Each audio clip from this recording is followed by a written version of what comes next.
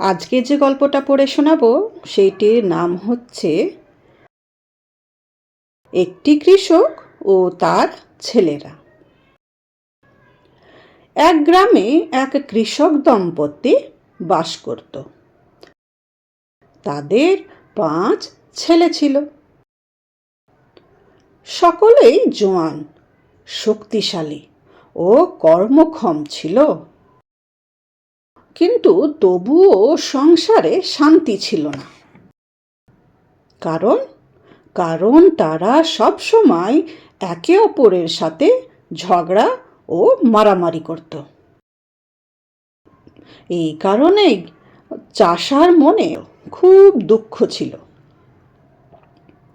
সে চাইতো তার ছেলেরা মিলেমিশে সুখে শান্তিতে থাকুক, কিন্তু ভালোভাবে বুঝিয়েও সে তাদের শান্ত করতে ও তাদের মধ্যে সদ্ভাব জাগাতে পারত না। বৃদ্ধ চাষা সব সময় ভাবত কি উপায়ে তার ছেলেদের একত্র রাখা যায়।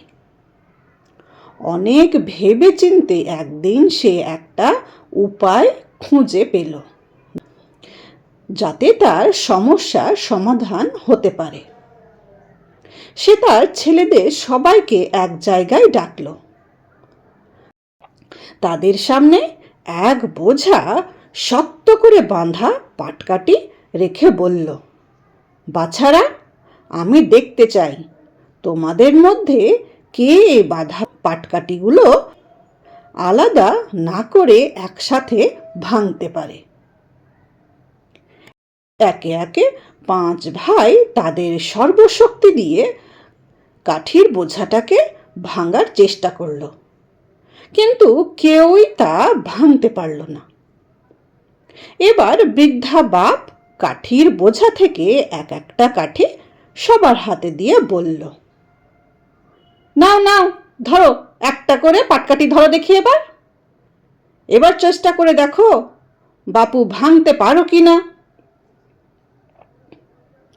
তখন ছেলেরা অনায়াসে সেই কাঠি ভেঙে ফেলল।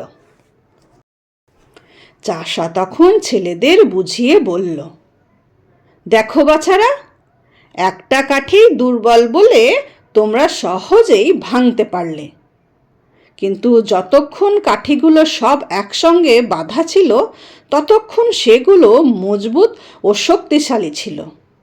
ফলে তোমরা কেউই সেটা ভাঙতে পারোনি, তাই না? তাই নাকি? ঠিক তেমনি যতক্ষণ তোমরা একসঙ্গে মিলেমিশে থাকবে ততক্ষণ তোমরা বলশালী জানবে। কেউ তোমাদের কোনো ক্ষতি করতে পারবে না। যেই তোমরা ঝগড়া করে বিচ্ছিন্ন হয়ে যাবে তখনই তোমরা দুর্বল হয়ে পড়বে। তাই আমি বলছি, তোমরা ঝগড়া না করে মিলেমিশে ও পরস্পরকে ভালোবেসে থাকার চেষ্টা করো। এতে তোমাদের লাভই লোকসান হবে না। এই গল্পটা থেকে আমরা কি শিক্ষা পেলাম বলো তো? এই গল্পটা থেকে আমরা এটাই শিক্ষা পেলাম যে একতাই বল, বিভেদেই পতন। কেন বলো তো? কারণ হচ্ছে যখন পাটকাঠিগুলো একতা ছিল, মানে একসঙ্গে যখন ছিল, তখন তাদের শক্তি অনেক বেশি ছিল। সেইগুলো পাটকাঠির আঁটিটাকে তো কেউই তখন ভাঙতে পারল না। কিন্তু তাদের মধ্যে যখন বিভেদ হয়ে গেল, মানে একটা একটা করে যখন সবাইকে ভাগ করে দেওয়া হলো, তখন তো তারা দুর্বল হয়ে গেল। তখন সবাই তো মটমট করে এগুলো ভেঙে দিতে লাগলো, তাই না?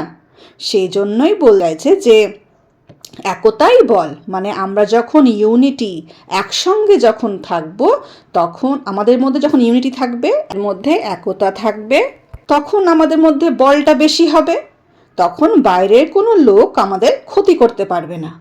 কিন্তু যখনই আমাদের মধ্যে আমরা নিজেদের মধ্যেই ঝগড়া করব, ঝাঁটি করব, একে অপরের কথা শুনবো না, তখন কি হবে? তখন তো অন্য কেউ এসে আমাদেরকে